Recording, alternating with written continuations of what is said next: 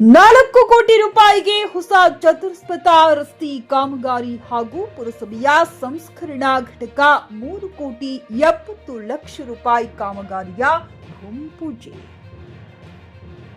ಬೀದರ್ ಜಿಲ್ಲೆಯ ಹುಮ್ನಾಬಾದ್ ಕ್ಷೇತ್ರದ ವ್ಯಾಪ್ತಿಯಲ್ಲಿ ಬರುವ ಹಳ್ಳಿಕೇಡ್ಬಿ ಪಟ್ಟಣದಲ್ಲಿ 2024-25ನೇ ಸಾಲಿನ ಅಪೆಂಡಿಕ್ಸ್ ಇ ಯೋಜನೆಯಡಿಯಲ್ಲಿ ಶ್ರೀ ಸಿಮಿನಾಗನಾಥ ದೇವಾಲಯ ಬೀದರ್ ಮುಖ್ಯ ರಸ್ತೆ ಕ್ರಾಸ್ನಿಂದ ಪಟ್ಟಣದ ಬಸವೇಶ್ವರದ ವೃತ್ತದವರೆಗೆ ಹೊಸ ಚತುಷ್ಪಥ ರಸ್ತೆ ಕಾಮಗಾರಿ ಅಂದಾಜು ವೆಚ್ಚ 4 ಕೋಟಿ ರೂಪಾಯಿ. ಕಾಮಗಾರಿಗೆ ಶಾಸಕ ಸಿದ್ದು ಪಾಟೀಲ್ ಹಾಗೂ ವಿಧಾನ ಪರಿಷತ್ ಸದಸ್ಯ ಡಾಕ್ಟರ್ ಚಂದ್ರಶೇಖರ್ ಪಾಟೀಲ್ ಭೂಮಿ ಪೂಜೆಯನ್ನ ನೆರವೇರಿಸಿದರು. ಮತ್ತು ಕರ್ನಾಟಕ ನಗರ ಮೂಲಸೌಕರ್ಯ ಅಭಿವೃದ್ಧಿ ಹಾಗೂ ಹಣಕಾಸು ನಿಗಮ ಯೋಜನೆಯಡಿಯಲ್ಲಿ ಪುರಸಭೆಯ ಮಲ ಮತ್ತು ಕೆಸರು ಸಂಸ್ಕರಣಾ ಘಟಕ ಅಂದಾಜು ವೆಚ್ಚ 3 ಕೋಟಿ 70 ಲಕ್ಷ ರೂಪಾಯಿ ಕಾಮಗಾರಿಯ ಭೂಮಿ ಪೂಜೆಯನ್ನ ಶಾಸಕರು ವಿಧಾನ ಪರಿಷತ್ ಸದಸ್ಯರುಗಳು ತಮ್ಮ ಅಮೃತ ಹಸ್ತದಿಂದ ನೆರವೇರಿಸಿದರು. ಈ ಸಂದರ್ಭದಲ್ಲಿ ಪುರಸಭೆ ಅಧ್ಯಕ್ಷರು ಹಾಗೂ ಸದಸ್ಯರಾದ ಮಾಂತೇಯ ತೀರ್ಥ, ನಾಗರಾಜ್ ಹಿಬಾರಿ, ಮಲ್ಲಿಕಾರ್ಜುನ ಪ್ರಭಾ, ಅಬ್ದುಲ್ ರಜಾಕ್, ಯೂಸುಫ್ ಸೌದಾಗಾರ್, ಫಯೂಮ್, ರಾಜೇಶ್ ಸಾಬ್, ಚಾಂದ್ ಕುರೇಶಿ, ಬಿಜೆಪಿ ಮುಖಂಡ ಓಂ ಪ್ರಕಾಶ್ ಪ್ರಭಾ, ನಾಗಭೂಷಣ್ ಸಂಘಂ, ಮಲ್ಲಿಕಾರ್ಜುನ್ ಸೀಗಿ, ಸಂತೋಷ್ ಪಾಟೀಲ್ ಸೇರಿದಂತೆ ಅನೇಕ ಮುಖಂಡರು, ಕಾಂಗ್ರೆಸ್ ಹಾಗೂ ಬಿಜೆಪಿ ಕಾರ್ಯಕರ್ತರು, ಹಳ್ಳಿಕೇಡ್ಬಿ ಪುರಸಭೆಯ ಸಾರ್ವಜನಿಕರು ಉಪಸ್ಥಿತರಿದ್ದರು. Bureau report, JK news Kannada, Humnabad. ಶಾಸಕನಾಗಿನಿ ನಾ ಜಂಬ ಕೊಚ್ಕೊಂಡು ಹೋಗಿ ನಾನು ಒಬ್ನೇ ಮಾಡ್ತೀನಿ ಅಂತಂದ್ರ ಅದು ಸಾಧ್ಯ ಇಲ್ಲ. ಇವತ್ತ ಪುರಸಭೆ ಇದೆ ಗೊತ್ತಿಲ್ಲ, ಪುರಸಭೆ ಅಧ್ಯಕ್ಷರು ಗೌರವಾನ್ವಿತ ಸದಸ್ಯರು ಕೂಡ ಅಭಿವೃದ್ಧಿ ಕಡೆ ನೋಡ್ಬೇಕಾಗ್ತದ. ಇವತ್ತು MLC ಗಳರ ಅವರು ಕೂಡ ನೋಡ್ಬೇಕಾಗ್ತದ, MP ಅವರ ಅವರು ಕೂಡ ನೋಡ್ಬೇಕಾಗ್ತದ. ಯಾಕಂತಂದ್ರೆ ತಮ್ಮೆಲ್ಲರ ಒಂದು ಮತ ಹಾಕಿ ನಮ್ಮನ್ನು ತಾವು ಈ ಕುರ್ಚಿ ಮೇಲೆ ಕುಂಡ್ರಿಸಿದ್ರಿ ಗೊತ್ತಾ. ಅದರ ಅನುಗುಣವಾಗಿ ತಮ್ಮ ಒಂದು ಇದನ್ನಾಗಿ ಇವತ್ತು ಸೇವೆ ಸಲ್ಲಿಸಕ್ಕೆ ಅವಕಾಶ ಮಾಡಿಕೊಟ್ಟಿದ್ಕ ನಾವು ಇವತ್ತು ಸೇವಕನ ಕೆಲಸ ಮಾಡ್ಕೊಂಡು ಹೋಗ್ಬೇಕಾಗ್ತದೆ. ಅದಕ್ಕಾಗಿ ನಾನು MLC ಹತ್ರ ನಾನೇ ರಿಕ್ವೆಸ್ಟ್ ಮಾಡ್ತಿದ್ದೀನಿ, ಇಬ್ಬರು MLC ಗಳಿದ್ದಾರ, ಇಬ್ಬರದು ಕಲ್ತಿ ಒಂದ್ ರೋಡ್ ಕೊಡ್ರಿ. ಏನು ಉಳಿದಿದ್ ಇನ್ನೊಂದು ರೋಡ್ ಇದೆ, ಅದನ್ನು ಕೂಡ ನಾನು ಫಂಡ್ ಕೊಟ್ಟಿ ಅದನ್ನು ಕೂಡ ಬೇಗನೆ ಪ್ರಾರಂಭ ಮಾಡೋಣ ಅಂತ ನಾ ಈ ವೇದಿಕೆ ಮುಖಾಂತರ ತಮ್ಮನ್ನು ಮನವರಿಕೆ ಮಾಡ್ತಿದ್ದೀನಿ.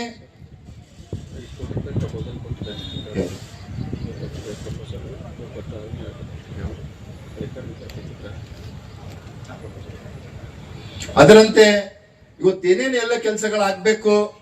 ಯಾಕ ಜನರಿಗೆ ಮೂಲಭೂತ ಸೌಕರ್ಯ ಸಿಗ್ಬೇಕೆಲ್ಲರಿಗೆ. ಮೂಲಭೂತ ಸೌಕರ್ಯ ಸಿಗ್ಬೇಕಂದ್ರೆ ಜನರು ಫಸ್ಟ್ ಕೇಳೋದೇನು? ನೀರು, ಆಮೇಲೆ ರೋಡು, ಆಮೇಲೆ ಸ್ವಚ್ಛತೆ, ಆಮೇಲೆ ಸ್ವಲ್ಪ ಸಮುದಾಯ ಭವನ, ಅದ್ರ ಬಗ್ಗೆನೇ ಹೇಳೋದು. ಅದಕ್ಕಾಗಿ ಈಗಾಗಲೇ ನಾವು MLC ಅವರು ಉಸ್ತುವಾರಿ ಸಚಿವರು ಇವತ್ತು ಹುಮ್ನಾಬಾದ್ ಪಟ್ಟಣದಲ್ಲಿ ಹುಮ್ನಾಬಾದ್, ಚುಳುಗುಪ್ಪ, ಹಳಿಕೇಡ್ ಪುರಸಭೆಗಳಿಗೆ ಅಮೃತ್ 2 ಒಂದು ಯೋಜನೆ ಅಡಿಯಲ್ಲಿ ಸುಮಾರು 165 ಕೋಟಿ ರೂಪಾಯಿದು ಈಗಾಗಲೇ ನಾವು ಕೂಡ ಚಾಲನೆ ಕೊಟ್ಟಿದ್ದೆವು. ಈಗಾಗಲೇ ಕೆಲಸನೂ ಕೂಡ ಎಲ್ಲಾ ಕಡೆ ಪ್ರಾರಂಭ ಆಗಿದೆ ಗೊತ್ತಾ. ಆ ಅಮೃತ್ ಒಂದು ಯೋಜನೆ ವಿಶೇಷತೆ ಇವತ್ತ ಹಳಿಕೇಡ್ ಗ್ರಾಮದಲ್ಲಿ 3 OST ಟಾಕಿ ಇರಬಹುದು. ಇಲ್ಲಿ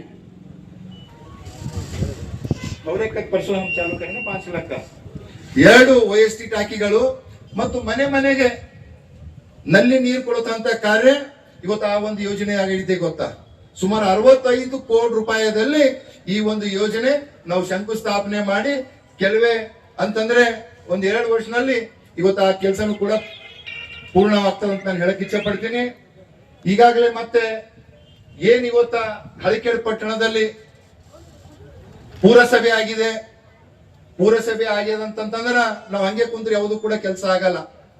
ನಾನು ಪದೇ ಅಧಿಕಾರಿಗಳಿಗೆ ಹೇಳ್ತಾ ಇದ್ದೇನೆ, ಇವತ್ತು ಪುರಸಭೆ ಆದ್ರೂ ಕೂಡ ಬಹಳಷ್ಟು ಕಡೆ ಒಂದು ಡೆವಲಪ್ಡ್ ವಾರ್ಡ್ ಇರ್ತದ, ಒಂದು ಅನ್ಡೆವಲಪ್ಡ್ ವಾರ್ಡ್ ಇರ್ತದ.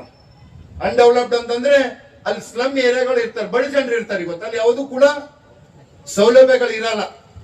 ಅದಕ್ಕಾಗಿ ನಾನು CO ಅವರಿಗೆ ಹೇಳ್ತಾ ಇದ್ದೇನೆ, ಏನ್ ನಮ್ಮ ಸ್ಲಮ್ ಬೋರ್ಡ್ ಐಡೆಂಟಿಫಿಕೇಶನ್ ಈಗಾಗಲೇ ನಮ್ಮ ಸಂಬಂಧಪಟ್ಟ ಇಲಾಖೆಯವರು ಹಳಿಕೇಡ್ನಲ್ಲಿ ಕೆಲವು ವಾರ್ಡ್ಗಳನ್ನು ಐಡೆಂಟಿಫೈ ಮಾಡಿದ್ದಾರೆ.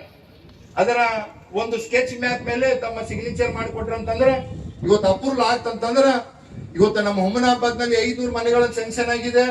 ಶಿಳುಗುಪ್ಪಾದ್ನಲ್ಲಿ 545 ಮನೆಗಳು ಸ್ಯಾಂಕ್ಷನ್ ಆಗಿದೆ. ಇಲ್ಲೂ ಕೂಡ ನಾವು ಸ್ಲಮ್ ರೋಡಿಗೆ ಆ ಒಂದು ಸ್ಕೆಚ್ ಮ್ಯಾಪ್ ಕೊಟ್ಟೇವು ಅಂತಂದ್ರ ನಮ್ಮ ಹಳಿಕೇಡ್ನಲ್ಲಿ ಸುಮಾರು 500-1000 ಮನೆಗಳನ್ನು ನಾವು ತರ್ತಂತ ಪ್ರಯತ್ನ ಮಾಡ್ತೀನಿ ಅಂತ ತಮ್ಮ ವೇದಿಕೆ ಮುಖಾಂತರ ಹೇಳ್ತೀನಿ.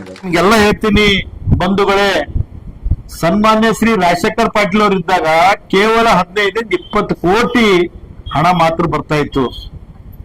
ಮುಂಚೆ 2000-1200 ಕೋಟಿ ಕೆಲವು ದುಡ್ಡು ಬರ್ತಾ ಇತ್ತು. ಇವಾಗ ನಮ್ಮ ಆಡಳಿತ ಬಂದಾಗ ಸನ್ಮಾನ್ಯ ಶ್ರೀ ಸಿದ್ದರಾಮಯ್ಯ ಸಾಹೇಬರು ಮುಖ್ಯಮಂತ್ರಿಗಳು, ನಮ್ಮ ಎಐಸಿಸಿ ಅಧ್ಯಕ್ಷರಾದ 377 ನಮ್ಮ ಮಹಾನ್ ಡಾಕ್ಟರ್ ಮಲ್ಲಿಕಾರ್ಜುನ್ ಖರ್ಗೆ ಸಾಹೇಬರು, ಇದು ಹಿಂದುಳಿದ ಭಾಗ, ಇದು ಡೆವಲಪ್ಮೆಂಟ್ ಆಗಲೇಬೇಕಂತ ಹೇಳಿ ಸುಮಾರು 5,000 ಕೋಟಿ ಘೋಷಣೆ ಮಾಡಿದರು. ಆ ಘೋಷಣೆ ಮಾಡಿದಲ್ಲಿ 1250 ಕೋಟಿ ಅದು ಅಕ್ಷರ ಅಂದ್ರೆ only it will be use for education purpose. ಅದಕ್ಕೆ ನಮ್ದೆಲ್ಲ ಇಲ್ಲಿ ಹಿಂದುಳಿದ ಭಾಗ ಎಜುಕೇಶನ್ ನಲ್ಲೂ ಇಂಪ್ರೂವ್ಮೆಂಟ್ ಆಗ್ಬೇಕಂತ ಹೇಳಿ ಮಾಡಿದಾಗ ಇವಾಗ ಒಂದೊಂದು ಶಾಸಕರಿಗೆ ಸುಮಾರು 70 ಕೋಟಿ, ಇದರಲ್ಲಿ ಮೈಕ್ರೋ ಬ್ಯಾಕ್ರೋ ಹಿಡ್ಕೊಂಡು 100 ಕೋಟಿ ಬರ್ತದ. ಅದಕ್ಕೆ ನಾನು ನಿಮ್ಗೆಲ್ಲ ಬಂಧುಗಳೇ ನಾನು ಹೇಳ್ತೀನಿ, ರಾಜಶೇಖರ್ ಪಾಟೀಲ್ ಅವ್ರು ಏನ್ ಮಾಡಿದಾರ ಅದ್ರದ್ದು 10 ಪಟ್ಟು ಇಲ್ಲಿ ಡೆವಲಪ್ಮೆಂಟ್ ಆಗ್ಬೇಕು. ಈ ಸದ್ಯ ಈಗ ನಮ್ಮ ಕಲ್ಲಿನ ಇದು ಹುಮ್ನಾಬಾದ್ ತಾಲೂಕದಲ್ಲಿ ಅವಾಗ ಬರೋದೇ 15-20 ಕೋಟಿ ಇದ್ದರ ಈ ನಮ್ಮ ಶಾಸಕರು ಹೇಳ್ತಾರ ಅವಾಗ 20-30 ಸಾವಿರ ಇತ್ತು, ಈಗ 1 ಲಕ್ಷ ರೂಪಾಯಿ ಬಂಗಾರ ಆಗ್ಯಾರ ಅಂತ. ನೀವು ಆಗಿನ ಈಗಾಗಿರಿ ಬಂಗಾರ ಸುಮಾರು ವರ್ಷ ಹಿಡಿದ ಆಮೇಲೆ ಈಗ 1 ಲಕ್ಷ ರೂಪಾಯಿ ಆಗ್ಯದ ಬಂಗಾರ. ಇಲ್ಲ ಅದು 1ನೇ ವರ್ಷ ಆಯ್ತು ರಾಜಶೇಖರ್ ಪಾಟೀಲ್ 2.5 ವರ್ಷ ಕಾಲ ಇಟ್ರಿ ನೀವು. ನಾನ್ ಹೇಳೋದೇನು, ಹುಮ್ನಾಬಾದ್ ತಾಲೂಕ ಪ್ರೋಗ್ರೆಸ್ ಮಾಡ್ರಿ, ನೀವು ಪ್ರೋಗ್ರೆಸ್ ಆಗೋದಲ್ಲ, ಹುಮ್ನಾಬಾದ್ ತಾಲೂಕ ಪ್ರೋಗ್ರೆಸ್ ಮಾಡ್ರಿ. ಎಲ್ಲಾ ಕಾಮಗಾರಿಗಳು ಯಾರ್ಯಾರ್ದು ಹೆಸರು ಮೇಲೆ ಇಟ್ಟು ಅದು ಮುಂದ್ ಬರಂತ ದಿನದಲ್ಲೆಲ್ಲ ಹೊರಗ್ ಬರುತ್ತೆ. ಯಾವುದೇ ಕೆಲಸದಲ್ಲಿ ನಾ ಬಂಧುಗಳೇ ನಿಮಗೆ ಹೇಳ್ತೀನಿ, ಯಾರೇ ಮಾಡ್ಲಿ ತಾವೆಲ್ಲ ಸವಿಸ್ತರವಾಗಿ ಏನಿದೆ, ಏನ್ ಕಾಮಗಾರಿ ಇದೆ, ಏನ್ ಕೆಲಸ ಮಾಡ್ತಾ ಇದಾರ, ಯಾಕಂದ್ರೆ ಸಸ್ತದಿದು ದುಡ್ಡು ನಿಮ್ದು ಎಲ್ಲರದು ದುಡ್ಡು ಒಂದ್ ಬಾರ್ ಮಾಡ್ಬೇಕಾದ್ರೆ ಬಹಳ ಕಷ್ಟದ ಕೆಲಸ ಇದೆ. ಅದಕ್ಕ ಈ ಕಾಮಗಾರಿಗಳನ್ನು ತಾವೆಲ್ಲನೂ ವಿಸ್ತರಿಸಬೇಕು. ಸರಿಯಾಗಿ ನಿಮ್ಗೆಲ್ಲ ವಿನಂತಿ ಮಾಡ್ತೀನಿ, ಇಲ್ಲಿ ಕುಂತಂತ ಎಲ್ಲಾ ಮುನ್ಸಿಪಾಲಿಟಿ ಸದಸ್ಯರಿಗೆ ನಾನ್ ಹೇಳೋದೇನು, ಯಾವಾಗ ಆ ಶಾಸಕರಿದ್ದಾಗ ಏನ್ ಬರ್ತಾ ಇತ್ತು, ಈಗ ಅವಾಗ 25 ಕೋಟಿ ಲಾಸ್ಟ್ ಬಂದಿತ್ತು. ಯಾವಾಗ ಮೊದಲನೇ ಮಾನ್ಯ ರಾಜಶೇಖರ್ ಪಾಟೀಲ್ ಶಾಸಕರಿದ್ದಾಗ. ಈಗ 100 ಕೋಟಿ ಬರ್ತಾ ಇದೆ ಅಂದ್ರೆ ಇದು ಹುಮ್ನಾಬಾದ್ ತಾಲೂಕ ಹಿಂಗ್ ಆಗ್ಬೇಕು, ಒಂದು ಮಾದರಿ ಆದಂಗ ಆಗ್ಬೇಕು.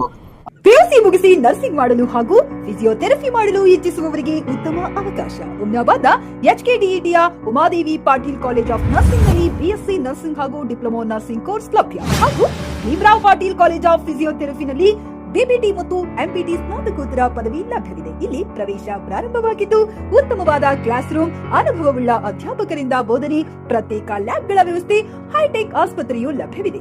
ಹಾಗೂ ವಿದ್ಯಾರ್ಥಿಗಳಿಗೆ ಪ್ರತ್ಯೇಕ ಹಾಸ್ಟೆಲ್ ವ್ಯವಸ್ಥೆಯೂ ಲಭ್ಯವಿದೆ. ಹಾಗಿದ್ರೆ ತಡೆಯಾಕೆ, ಹಿಂದೆ ಭೇಟಿ ನೀಡಿ.